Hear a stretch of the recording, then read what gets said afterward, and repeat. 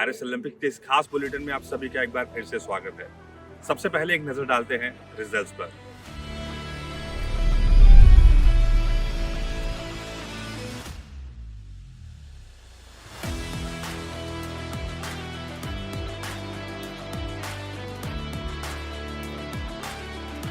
Paris Olympics में भारत की एकमात्र वेटलिफ्टर मीराबाई चानू चौथे स्थान पर रही। टोक्यो सिल्वर मेडलिस्ट स्नैच में 88 किलो वजन उठाने में कामयाब रही। क्लीन एंड जर्क में मीराबाई ने केवल 111 किलो वजन उठाया। क्लीन एंड जर्क में मीराबाई 114 किलो वजन क्लियर नहीं कर पाई। इनका सक्सेसफुल अटेम्प्ट 111 किलो का रहा और इनका कुल टोटल 199 किलो बना, जिसके चलते ये पोडियम फिनिश नहीं कर पाई। भारत की पेरिस ओलंपिक्स में छठी 4th प्लेस फिनिश है।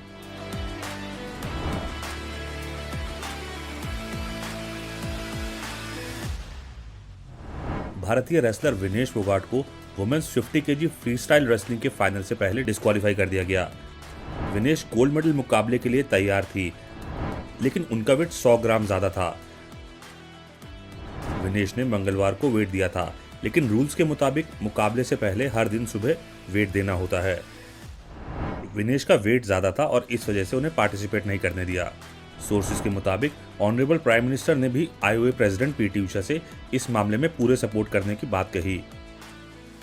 इंडियन कंटिंजेंट के चीफ मेडिकल ऑफिसर ने इस पूरे मामले पर नजर डाली। Wrestlers usually participate in a weight category less than their natural weight. It gives them an advantage since they are fighting with less stronger opponents. The process of weight cut prior to the weight in the morning involves a calculated restriction of food and water, and besides this the athlete needs to sweat, and that sweating is done with sauna and with exercise. Now this weight cut has the benefit of putting you into a lighter weight category, but does cause weakness and energy depletion, and this is counterproductive to participation. So most wrestlers will thereafter go in for some amount of energy restoration with limited water and high energy foods, and these are usually given after the weigh-in. The calculation from the nutritionist which is done is athlete specific, and Vinesh's nutritionist felt that the usual amount that she takes is about 1.5 kilograms totally over the day, which gives enough energy for the bouts. Sometimes there's also a factor of a rebound weight gain following competition. Now Vinesh had 3 bouts, and hence to prevent any dehydration, some amount of water had to be given. We found that her post-participation weight was increased more than normal, and the coach initiated the normal process of weight cut that he has always employed with Vinesh. This is something that's worked with her for a long period of time. He felt confident that this would be achieved, and over the night we went ahead with the weight cut procedure.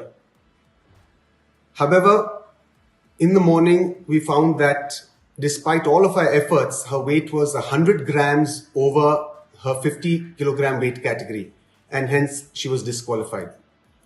We had tried all possible drastic measures throughout the night, including cutting off her hair, shortening her clothes, and despite all of this, we could not make that 50 kg weight category.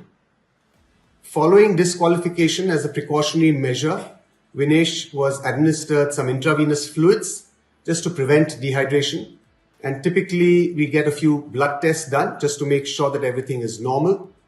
So this process is going on at the local Olympic hospital here. All of Vinesh's parameters during this weight cut were normal, and throughout this process she actually felt perfectly normal. Vinesh just interacted with IOA President Dr. Mrs. P.T. Usha and mentioned that although she is physically and medically perfectly normal, she's disappointed that this is her 3rd Olympics and she had to be disqualified. Athletics पे Avinash Sable men's 3000 metre steeple chase final में 11वें स्थान पर आने वाले पहले भारतीय बने। इन्होंने ये दूरी 8 मिनट 14.18 सेकंड में पूरी की। सूरज पवार और Priyanka Goswami mixed marathon race walk relay event से बाहर हो गए हैं। Olympic debutante Jyothi Yarraji heats में 7वें स्थान पर रही, लेकिन वे सेमी से बाहर हो गई हैं। इस नेशनल रिकॉर्ड होल्डर के पास रिपचेज राउंड में एक और मौका है। मेंस ट्रिपल जंप एक्शन में प्रवीण चित्रावल ने अपना बेस्ट अटेम्प्ट 16.25 मीटर का लगाया और अब्दुल्ला अबू बकर ने 16.49 मीटर का जंप लगाया, लेकिन ये 27वें और 21वें स्थान पर रहे।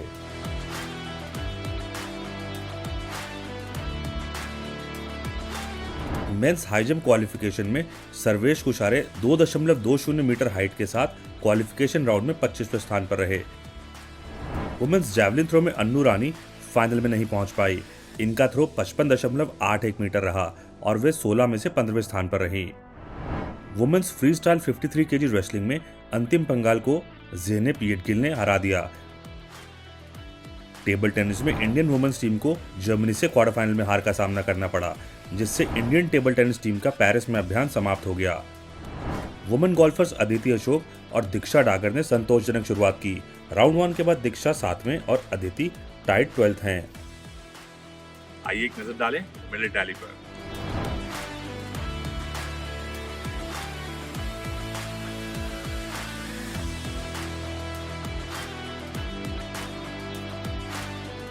आज कौन कौन से भारतीय एथलीट्स पार्टिसिपेट करेंगे, एक नजर डालते हैं। आज सबकी निगाह नीरज चोपड़ा पर रहने वाली है।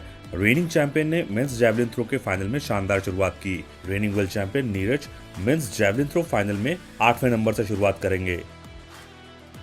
इंडियन हॉकी टीम स्पेन के विरुद्ध ब्रॉन्ज मेडल मैच में नजर आएगी। 100 मीटर हर्डल्स में रिपचेज इवेंट में ज्योति या राजी अपने परफॉर्मेंस को सुधारने की कोशिश करेंगी।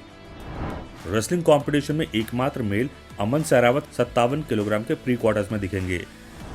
वुमेन्स फ्री स्टाइल 57 किलो में अंशु मलिक हेलेन मारारोस का ओपनिंग बाउट में सामना करेंगी और वुमेन्स गोल्फ एक्शन में दीक्षा डागर और अदिति अशोक डे 2 में अपने परफॉर्मेंस को और बेहतर करने के प्रयास करेंगी। फिलहाल इतना ही। ताज़ा अपडेट्स के लिए फॉलो करते रहें।